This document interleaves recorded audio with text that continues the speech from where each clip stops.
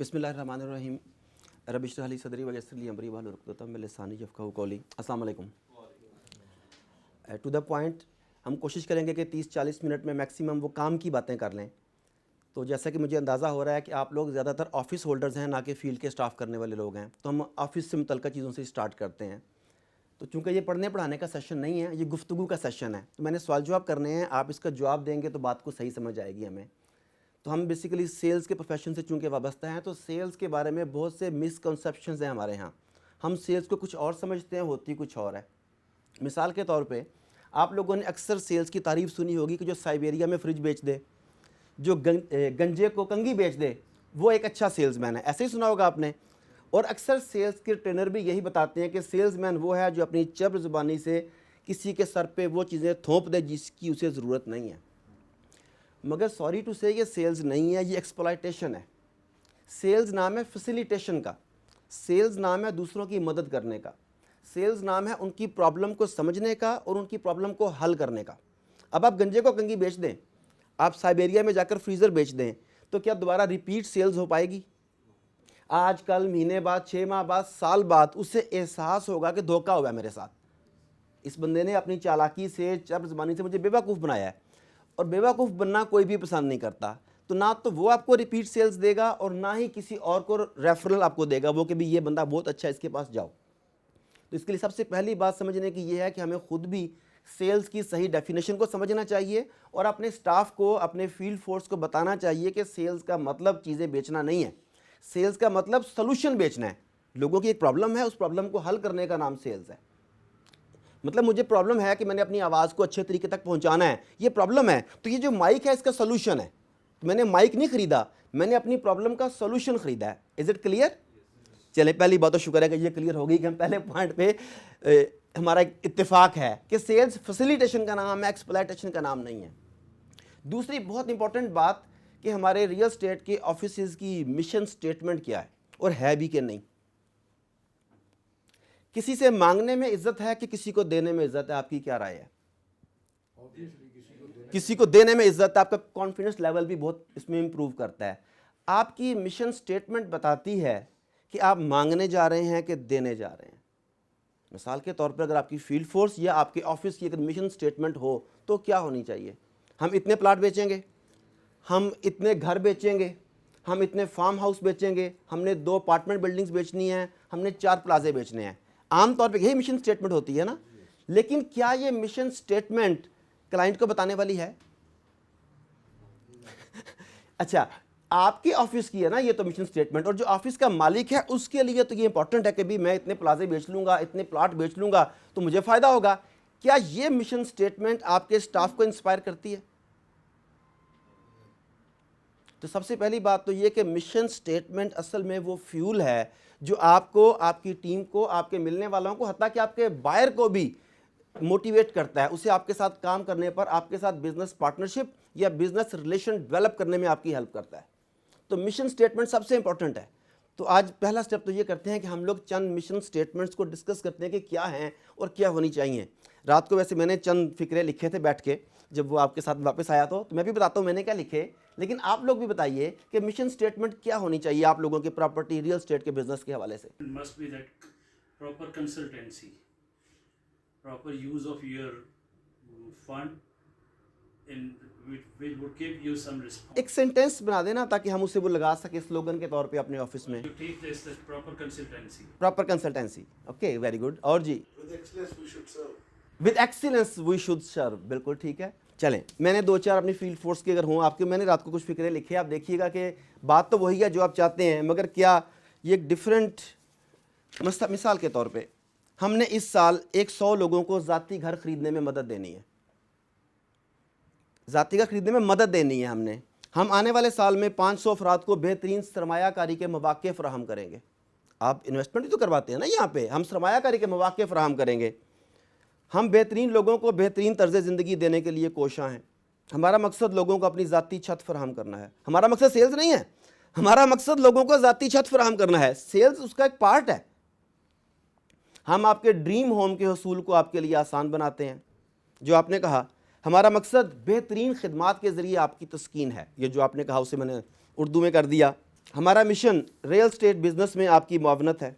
हम आपके माली फैसलों को, मालियाती फैसलों को आसान और मुनाफा बख्श बनाते हैं। इसमें किसी जगह पर भी ये सेल्फिशनेस जाहिर नहीं हो रही कि हम सब कुछ सिर्फ अपनी ज़ात के लिए कर रहे हैं। ये बताया जा रहा है कि हम कंट्रीब्यूट करने के लिए जा रहे हैं और आपकी सेल्स उसका एक पार्ट है। आपका मिशन इससे बड़ा है, सिर्फ सेल्स करने से, कमीशन लेने से आपका मिशन बड़ा है। तो क्या ख्याल है कि 100 घर बेचने हैं, इसकी निस्बत 100 लोगों को ज़ाती घर लेने में मदद देनी है। आज 2 बंदे फंसाने हैं। वैसा वजह कि एक आदमी था, एक बहुत बड़ी कंपनी में वो मार्केटिंग मैनेजर था, तो उसने मेरे साथ, कोई 10 ईयर्स पुरानी बात है, कॉन्ट्रैक्ट किया मेरे सर्विसेज की मार्केटिंग का। तो उसने कोई चंद हफ्तों के बाद मुझे कॉल की, बड़ा एक्साइटेड, कहते आरफ साहब एक बंदा फंसा लिया है। मैंने कहा क्या? कहता जी बंदा फंसा लिया है, ट्रेनिंग होएगी अपनी उसे। मैंने कहा घर आ जाओ मेरे पास घर आया। मैंने उससे पूछा, तो सुई गैस डिपार्टमेंट के लिए उसने कोई ट्रेनिंग अरेंज की थी। तो मैंने कहा यार हमारा कॉन्ट्रैक्ट आज ख़त्म हो गया। कहते हैं क्यों? मैंने कहा हम बंदे फंसाते नहीं हैं। अब देखें, जो मेरे साथ काम कर रहा है, अगर उसके नज़दीक मेरी ट्रेनिंग बंदे फंसाने के लिए है तो मेरा ख्याल है मुझे उसके साथ काम नहीं करना चाहिए। तो हमारे वर्ड्स, हमारे मिशन स्टेटमेंट्स, हमारे ऑब्जेक्टिव्स वो होने चाहिए जो आप कस्टमर को भी बताएं तो उससे भी खुशी हो आपके साथ काम करने में। तो एक बात तो ये है कि हमें अपने ऑफिस के लिए एक मिशन स्टेटमेंट जो चाहिए वो ऐसी चाहिए जो हम कस्टमर को भी बता सकें और कस्टमर का फ़ायदा नज़र आए उसमें। दूसरी बात, वो मिशन स्टेटमेंट ऐसी स्टेटमेंट हो कि जो आपकी फील्ड फोर्स है, जो आपका सेल्स का स्टाफ है, वो उसे ऑन करे, उसे उसके अंदर प्राइड फील हो कि मैं जो करने के लिए जा रहा हूँ वो बड़े कमाल की चीज़ है।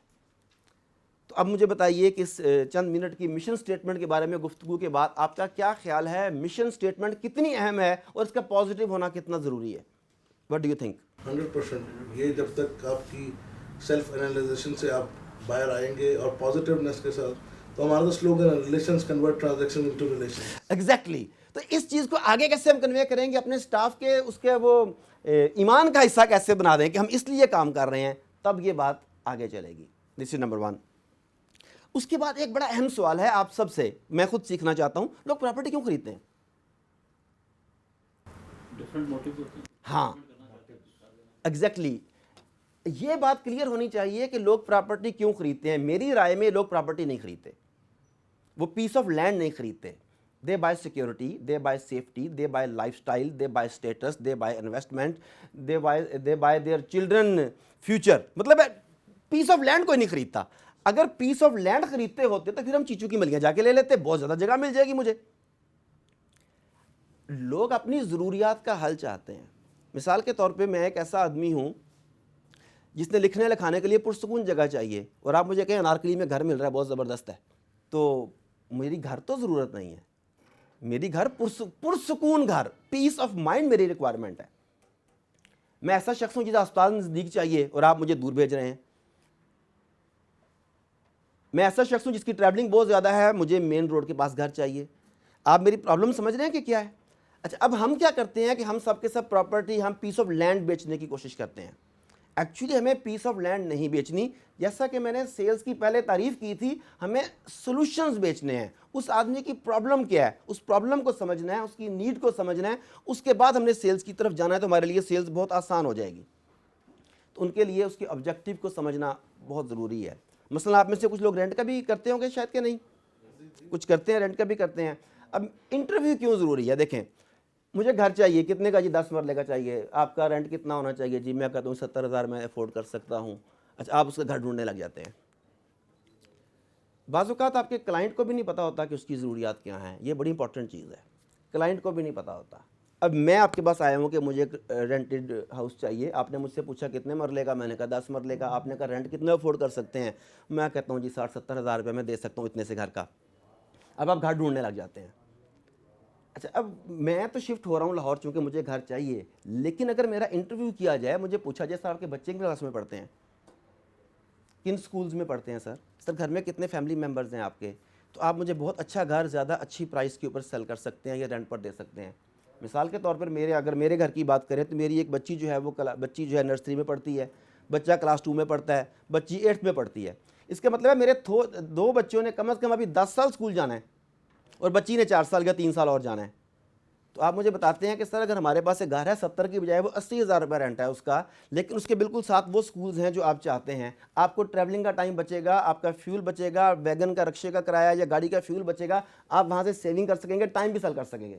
अब मैं तो 70,000 का माइंड बना के आया था, लेकिन जब मुझे ये बातें पता चली कि मैं 5-5 हज़ार रुपया पर बच्चे की वैन का 15,000 दे रहा हूँ, मेरा वो सेव हो रहा है, तो मुझे बताइए मेरे लिए फैसला करने में आसानी हो जाएगी कि नहीं हो जाएगी। लेकिन ये कब मुमकिन होगा? जब हम आपको बताएंगे, जब आप मेरा इंटरव्यू करेंगे।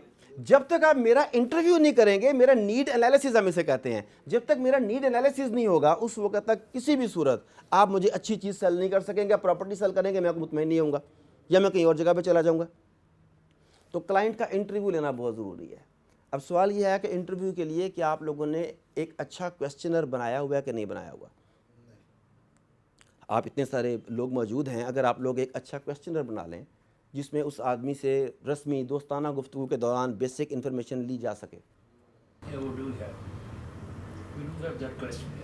यस, अगर है तो वेल एंड गुड, वरना मिलके बनाएं। किसी के पास है, किसी के पास नहीं है, तो उसे शेयर किया जा सकता है। प्रिंटेड फॉर्म में नहीं है, लेकिन ये बातें पता होती नहीं हैं। आपको प्रिंटेड फॉर्म में नहीं चीज़ें वी फील इंसल्टेड कि हम उस क्वेश्चनर को फिल करा रहे हैं। आप फिल ना करवाएं, आप उसे, आपको पता हो कि मैंने पूछना क्या है, बेशक वो आपके पास है। नहीं सर, बोलना है आपने। मैंने तो पहले कहा था कि ये पढ़ने पढ़ाने का नहीं, गुफ्तगू का सेशन होगा। Dr. Sahab, I think you want to change culture. Problem is this, that how would you change this? What would be the first step to change this? I mean, whatever you have said in these 15-20 minutes, it requires a lot. I mean, first of all, it requires that who are these, I mean, all of us are property dealers, right? One way or other way. The person who comes in our office, we consider him our client. And we want this, that he must get something. Irrespective of this, that he want home, he want plaza or some sector shop, whatever. As you said, I do agree that we shouldn't say कि जी मैं बंदा फंसा लिया या मैं बंदा को देता या बकरा ज़िबा कर लिया। हाँ जी। Are ethics, but who will inculcate these ethics in these dealers? वही You only is the one. In my last many years, I saw only one person who is talking like this. You will be surprised to know that when we talk like this, वो कहते हैं कि तुझे dealer नहीं बन सकते। This is quite right. This is a wicked culture. This is your turn. Very wicked culture. you're right। अब सवाल ये है, अगर सारे उल्टी सिमत में चल रहे हो तो क्या हम भी चलें? नंबर 1। नंबर 2, कुछ होते हैं वारदातिये, उन्होंने दा लगाया, इकट्ठा किया और नेक्स्ट स्टेप पे चले गए। जिस तरह अभी रात एक बंदे की बात मुझसे कर रहे थे कि वो 1 से 3 करोड़ उठाया, दूसरे के पास एक वो होता है। एक होता है लॉन्ग टर्म, आप अपना ट्रस्ट बिल्ड करते हैं, लोग ब्लाइंड ट्रस्ट करते हैं आपके ऊपर, आपकी नस्लों के साथ चलता है। आपने किस तरफ जाना है, आपने बिजनेस करना है कि हमने वारदात करनी है। कुछ लोग सेलिंग टेक्निक्स है ना, कुछ लोग कहते हैं कि मैंने कोई ना ट्रिक सिखा दो, सेल्स दे। अब ट्रिक में और टेक्निक में उतना ही फ़र्क है जितना एक वारदात में और एक एग्रीमेंट में फ़र्क है। ऐसे ही है ना। अच्छा, अब हम क्या कर रहे हैं? हमने अभी तक जितनी भी बातें की हैं उनमें से कोई बात भी ऐसी मुश्किल नहीं है कि उसे हम अप्लाई ना कर सकें। मसलन हम अपने माइंडसेट को अगर चेंज करने की बात करें कि मिशन स्टेटमेंट के जरिए हम लोगों की मदद करना चाहते हैं, इसमें कोई मुश्किल नहीं है। हम अपने सेल्स स्टाफ को बताना चाहते हैं कि क्लाइंट क्या है, कोई मुश्किल नहीं है इसमें। इंटरव्यू करने की हम अगर बात कर रहे हैं तो आई डोंट थिंक कि इसमें कोई बहुत बड़ी साइंस है, सिर्फ चीज़ों को स्ट्रीमलाइन करने की ज़रूरत है। साइंस कुछ नहीं है, मुश्किल भी कुछ नहीं है बहुत अच्छी। मैंने बताया ना कि like I have almost 23 years experience of teaching in different schools. Great. So that's why I do believe in this, that whenever some person comes in our office, we first interview him that for what scene or in which block, why do you want to have this, for short term planning or for long term? Exactly. मेरा सवाल ये है, how to change this culture, ये जिस culture के, because if I point like well ये मेरे दोस्त हैं, मैं इनको point कर देता हूँ, इनको नहीं अकल, ये सवाल नहीं पूछते ये उससे। How would you change him to better you ask this while publicizing these ethics? देखिए रिजल्ट्स आपने मुझे जब अच्छे तरीके से फैसिलिटेट किया, आपने मेरी उन ज़रूरियात को भी आइडेंटिफाई कर लिया जो मुझे भी नहीं पता थी। जिस मैंने बच्चों की मिसाल दी, मुझे आपने हेल्प आउट की। उसके बाद मेरे हल्के में जितने भी लोग हैं, जब उन्हें इस तरह की चीज़ चाहिए होगी तो मैं किसे रेफ़र करूँगा? मैं आपको रेफ़र करूंगा। ये बड़ी सीधी सी बात है। लेकिन वो आपने कहा कि यकदम कैसे होगा, तो हम लॉन्ग टर्म की बात कर रहे हैं, इसीलिए कि इसमें 2 साल लगें, 4 साल लगें। आप यहाँ पर 1-2 महीने के लिए या एक सिर्फ टाउन बेचने के लिए तो नहीं आए। आपने 23 ईयर्स आपने कहा कि स्पेंड किए हैं, तो अगर 23 ईयर्स में से हमने इन चीज़ों को अप्लाई करना शुरू किया होता तो शायद आज आपका कंपटीटर कोई भी ना होता। लेकिन हमने क्या किया, हम उस बहाव में बह गए, यार सारे इंच कर देने। चूंकि हमने कहा कि सारे इंच कर देने तो मैं भी कर लेना है, नतीजतन हम उस बहाव में बह गए और आज हमें बहाव के खिलाफ चलते हुए मुश्किल पेश आ रही है। लेकिन किसी ना किसी ने तो स्टेप उठाना है, और ये आप लोग हैं। अगर आप लोग डीएचए में ये कल्चर पैदा कर देते हैं तो क्या डीएचए में किसी और बंदे की गुंजाइश पैदा हो सकेगी? कभी भी गुंजाइश पैदा नहीं हो सकेगी। DHA will provide this facility. Are they ready to listen? Sir अगर आज 10 बंदे रेडी हैं, 20 रेडी हैं, 30 रेडी हैं, कल 100, ये तो यूं ही चीज़ें मल्टीप्लाई होती हैं। बारिश का पहला कतरा तो किसी को बनना है, चलिए ठीक बारिश का पहला कतरा तो किसी को बनना है। ठीक है, आज बातें आपकी अच्छी हैं। सर अगर आप अप्लाई करेंगे तो आपको रिजल्ट भी अच्छे मिलेंगे Let's see, hope for the best. इंशाल्लाह ताला। अच्छा, उसके बाद अगली चीज़ जो बहुत इंपॉर्टेंट है, आप हैरान होंगे कि बाइंग का फ़ैसला 90% इमोशनल होता है, 10% लॉजिकल होता है। हम उल्टा समझते हैं, हम समझते हैं बंदा बड़ा सोच समझ के फ़ैसला कर रहा है। एक्चुअली वो फ़ैसला कर चुका होता है, उस फैसले को सपोर्ट देने के लिए वो लॉजिक्स तलाश करता है, और फैसला अमूमन जो है वो फीलिंग्स की बुनियाद पर होता है। मैं यहाँ पे कंफर्टेबल फील करता हूँ, मैं यहाँ पे सिक्योर फील करता हूँ, यहाँ पे मुझे ये चीज़ें ज़्यादा महसूस होती हैं। हमारे मोस्टली डिसीजंस जो हैं वो फीलिंग्स की बुनियाद पर होते हैं, ना कि लॉजिक्स की बुनियाद पर। उन फीलिंग्स की बुनियाद पर फैसला करने के बाद हम उसके लिए लॉजिक्स प्रोवाइड करते हैं कि मैंने बड़ा सोच समझ के फैसला किया है। तो अगर ये दुरुस्त है तो फिर हमें अपनी प्रेजेंटेशन में सबसे ज़्यादा फोकस किस पे करना चाहिए? फीलिंग्स को जनरेट करने पे। अब जितनी भी एडवर्टीजमेंट है मल्टीनेशनल कंपनीज की, वो देख लें, वो सारे के सारे फीलिंग्स पे करते हैं। कोक खुली खुशियाँ खुली, कोक का खुशियों से क्या ताल्लुक? ठीक है ना। अब एक नहीं कई एड्स देखते जाएं, वो डर के आगे जीत है।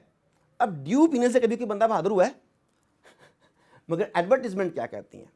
Chocolate a true symbol of love. कहाँ से? लेकिन वो उसे एसोसिएट कर रहे हैं लव के साथ, एसोसिएट कर रहे हैं खुशियों के साथ। जहाँ डालडा वहाँ ममता, बिल्कुल ऐसे ही। हालांकि डालडा तो ममता को खराब करती है, देसी को खवाओ बच्चियां नू। अच्छा, लेकिन वो क्या कर रहे हैं? एडवर्टीजमेंट्स के जरिए आपकी खास तरह की फीलिंग्स को उस प्रोडक्ट के साथ एसोसिएट कर रहे हैं। नतीजतन सेलिंग आसान हो जाती है। तो आपकी जो प्रोडक्ट है, जो भी आपका प्रोजेक्ट है, उसके साथ सबसे पहले देखने की बात यह है कि आप कौन सी फीलिंग्स एसोसिएट कर सकते हैं। मसलन अगर आप डीएचए की बात करें तो पब्लिक में डीएचए के साथ क्या एसोसिएट है, बहरिया टाउन की बात करें तो क्या एसोसिएट है, और किसी दूसरे नई बस्ती में जो अच्छी ना हो, दूर इनसाइड हो, उससे क्या फीलिंग्स एसोसिएटेड हैं। आप यही देखते हैं ना। उसके बाद जब आप अपने ब्रोशर्स बनाते हैं तो आप में किन चीज़ों को फोकस करते हैं? उन्हीं फीलिंग्स को। लेकिन वो ब्रोशर्स की हद तक होती हैं, सेल्स में क्यों नहीं आती, प्रेजेंटेशन में क्यों नहीं आती? अगर आप उस आदमी को फीलिंग्स कन्वर्ट करने में, फीलिंग्स जगाने में कामयाब हो जाते हैं तो आपकी 50% सेल्स रेट जाने बगैर हो जाती है। ये बड़ी इंपॉर्टेंट चीज़ है। लेकिन ये क्यों होगा और कैसे नहीं होगा, ये बड़ी इंपॉर्टेंट चीज़ है। ये इसलिए नहीं हो पाता, जो अभी आप बात कर रहे थे कि ये कैसे होगा और क्यों नहीं हो पाता, वो इसलिए नहीं हो पाता कि हमें खुद उस पर यकीन नहीं होता। जिस प्रोडक्ट के ऊपर आपको यकीन नहीं है, वो प्रोडक्ट आगे यकीन ट्रांसफ़र नहीं करती। बाइंग यकीन के सर पर होती है। आपके पास कई दफ़ा बहुत अच्छा प्रोडक्ट सामने आता है, मगर आप क्यों नहीं वो बाय करते? आपको उस पर यकीन नहीं होता।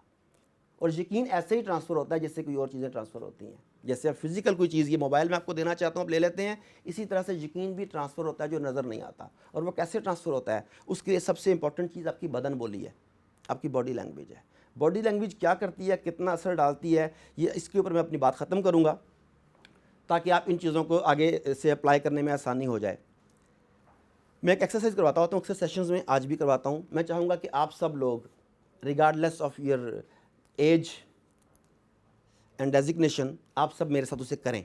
ठीक है जी? आप ना कीजिएगा, बहुत दफ़ा कर चुके हैं आप सबकी। अच्छा, सबसे पहली बात समझ लीजिएगा, डू एग्जैक्टली व्हाट आई से। जो मैं कहूँगा आपने बिल्कुल वैसे करना है। पंजाबी में भी कहा, जी में मैं आखांगा उंजी करे आज। ठीक है? अपने मोबाइल फोन टेबल पे रख दें, कॉपी पेंसिल हर चीज़ हाथ फ्री कर लें अपने आप को। आपकी ज़िंदगी का कोई ना कोई ऐसा बड़ा एम होगा जो आप चाहते हैं कि वो अचीव हो। छोटे मोटे तो चलते रहते हैं ना, कोई एक बड़ा एम भी होता है। उस बड़े एम को एक लम्हे के लिए अपने जहन में लाइए। And do exactly what I से, प्लीज़। ओके जी। बस कोई एक जहन में रख ले, कोई एक चीज़ रख लें जहन में, दूसरी शादी के अलावा। हाँ दूसरी शादी के अलावा। अच्छा वो बड़ा एम आपके सामने आ गया, कोई एक एम जहन में आ गया ना, रिपीट कर रहा हूँ, डू एग्जैक्टली व्हाट आई से, उस एम को जहन में रखिएगा। अपना एक हाथ जो है ना उठा लीजिए, जो लोग इधर बैठे हैं ना थोड़ा सा रुख मेरी तरफ ही रखिएगा आप, ताकि मैं आपको नजर आता रहूँ। अपना एक हाथ ऊपर उठा लीजिए, इस हाथ का होल बनाइए, मुझे इसमें से देखिए, एम के बारे में सोचिए, एम कलरफुल ज़बरदस्त जो आप चाहते हैं इसे अपने करीब कीजिए, और इस एम को जहन में रखते हुए इसे अपनी ठोड़ी पर रख लीजिए। फ्रीज, कोई बंदा हिलेगा नहीं। मैंने कहा था इसे अपनी ठोड़ी पर रख लीजिए, क्या ये आपकी ठोड़ी है एवरीवन? मैंने ये बात क्लियर कट 3 ज़बानों में कही थी, डू एग्जैक्टली व्हाट आई से, वो करिएगा जो मैं कहूं, व्हाट आई से। आप लोगों ने क्या किया? आपको इमिटेट किया। You did what I did, आपने वो किया जो मैंने किया। अच्छा अब मैं बोल कुछ और रहा हूं, मेरी बदन बोली, मेरी बॉडी लैंग्वेज कुछ और कह रही है। और कम्युनिकेशन का असूल यह है कि 93% इंपैक्ट आपकी बॉडी लैंग्वेज का होता है, जिसमें चेहरे के तासुरात, आपके कपड़े, डिस्टेंस की सारी चीज़ें शामिल होती हैं, और 7% वर्ड्स होते हैं सिर्फ। और आप इसकी प्रैक्टिकल अपने एग्जांपल देखी कि मैं आपसे कह कुछ और रहा हूं, अब कर कुछ और रहे हैं, क्योंकि वो 93% है, वो 7% है, आपने 93% को फॉलो किया। अब आप क्लाइंट से बात कर रहे हैं, ये एक ज़बरदस्त इन्वेस्टमेंट है, और अंदर से कह रहे हैं अमी उमर साहब ने मैंने किया है, हालांकि पता तो है ही, पता नहीं चलनी भी है कि नहीं चलनी, अंदर ये है। अब आप मुझे बताइए कि आपके वर्ड्स ये कह रहे हैं, मगर आपके चेहरे के तासुरात, आपकी झुकी हुई आंखें मुतमईन नहीं है। हम झूठ बोलते हुए जो है ना, जब हम मुतमईन ना, हम कई दफ़ा यूं कर लेते हैं, मतलब मुंह को छुपाने की हम कोशिश कर रहे होते हैं। इस तरह के कई सिग्नल्स हैं बॉडी लैंग्वेज के, जो अगर आपने बॉडी लैंग्वेज नहीं भी पढ़ी हुई, आपका सबकॉन्शियस माइंड उसे डीकोड कर रहा होता है। और आपको उस प्रोडक्ट के ऊपर यकीन नहीं है, आप अपने लफ्ज़ों के ज़रिए उसे यकीन दिलाने की कोशिश कर रहे हैं, तो क्या ये हो पाएगा? कभी भी नहीं हो पाएगा। तो इसलिए सबसे पहले तो आपका अपनी प्रोडक्ट के ऊपर यकीन होना ज़रूरी है। उसके बाद मैंने कस्टमर के ऊपर, सेल्स के ऊपर जो चंद मुख्तसर सी गुफ्तगू की, वो इंपॉर्टेंट है। आखिरी बात यह है कि सेल्स के दौरान आपकी प्रेजेंटेशन 2 चीज़ों के गिर्द घूमनी चाहिए।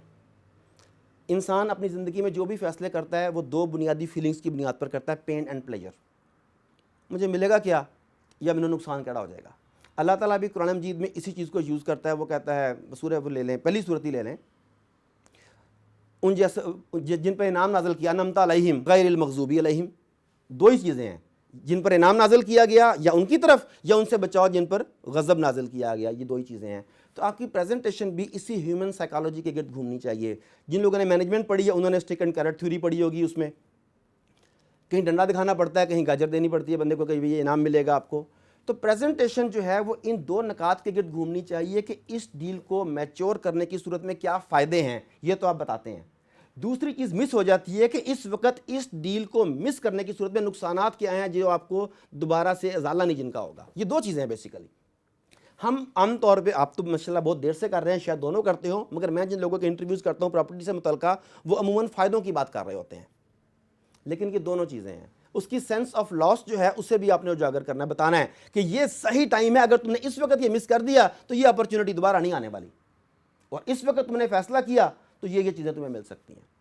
ये प्रेजेंटेशन इन 2 नकात के गिर्द घूमेगी। आप प्रॉपर्टी में, आप अपार्टमेंट बेच रहे हैं, प्लाट बेच रहे हैं, हाउसेस बेच रहे हैं, फ्लैट्स बेच रहे हैं, फाइलें बेच रहे हैं, जो भी कर रहे हैं, इन 2 के गिर्द घूमेगी तो आप एक सक्सेसफुल प्रोफेशनल कहलाएंगे। अदरवाइज़ आप दा लग गया तो ठीक है, ना लगा तो ना सही।